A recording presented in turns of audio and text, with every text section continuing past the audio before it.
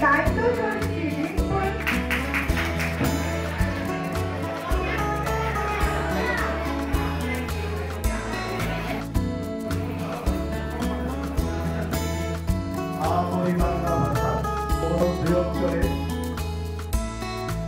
উপজেলা ক্রিকেট খেলায় কিশোর ক্লাবের জন্য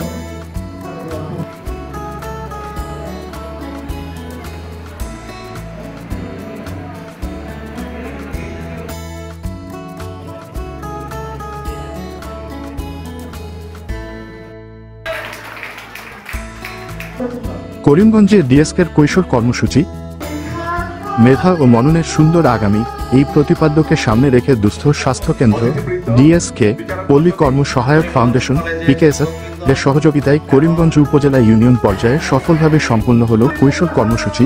মাসব্যাপী এই আয়োজনের মধ্যে ছিল ক্রীড়া ও সাংস্কৃতিক প্রতিযোগিতা, সচেতনতা কর্মশালা ও নেতৃত্ব বিকাশমূলক কার্যক্রম। ফেব্রুয়ারি মাসব্যাপী উপজেলার 12টি কর্ম এলাকার মধ্যে 11টিতে ক্রিকেট, পাঞ্জা খেলা, প্রবন্ধ রচনা ও কবিতা আবৃত্তি প্রতিযোগিতা অনুষ্ঠিত হয়। বুধবার 26শে ফেব্রুয়ারি করিমগঞ্জ সরকারি মহাবিদ্যালয়ে আয়োজিত সাহিত্য প্রতিযোগিতায় শতাধিক প্রতিযোগী অংশগ্রহণ করে। সমাপনী অনুষ্ঠানে প্রধান অতিথি ছিলেন করিমগঞ্জ সরকারি মহাবিদ্যালয়ের ইংরেজি বিভাগের প্রভাষক জুনায়েদ আলম খান। সভাপতিত্ব করেন ডিএসকে কিশোরগঞ্জ 2 অঞ্চলের আঞ্চলিক ব্যবস্থাপক মোহাম্মদ সজল মিয়া। বিশেষ অতিথি হিসেবে উপস্থিত ছিলেন ডিএসকে করিমগঞ্জ শাখার ব্যবস্থাপক আল আমিন, জাফরাবাদ ইউনিয়নের মহিলা ভাইস চেয়ারম্যান নার্গিস আক্তার এবং কলেজ শাখা ছাত্রদলের সিনিয়র সহ সভাপতি স্বাধীন আহমেদ। প্রতিযোগিতার বিচারক হিসেবে দায়িত্ব পালন করেন করিমগঞ্জ সরকারি মহাবিদ্যালয়ের ইংরেজি বিভাগের প্রভাষক সিরাজউদ্দিন আহমেদ, সমাজকর্ম বিভাগের প্রভাষক ইকবাল হোসেন চৌধুরী ও প্রভাষক সাইফুর রহমান। সার্বিক ব্যবস্থাপনায় ছিলেন কৈশোর কর্মসূচি দুস্থ স্বাস্থ্য কেন্দ্র ডিএসকে এর করিমগঞ্জ উপজেলা প্রোগ্রাম অফিসার মোহাম্মদ জুয়েল খান। এই কর্মসূচির মূল লক্ষ্য কিশোর কিশোরীদের শারীরিক, মানসিক ও সামাজিক দক্ষতা উন্নয়ন।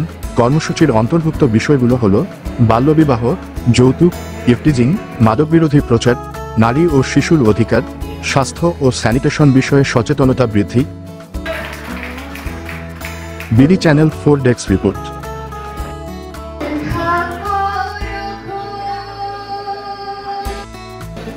অতিথিবৃন্দ, বিচারক মণ্ডলী, করিমগঞ্জ কলেজের শিক্ষকবৃন্দ এবং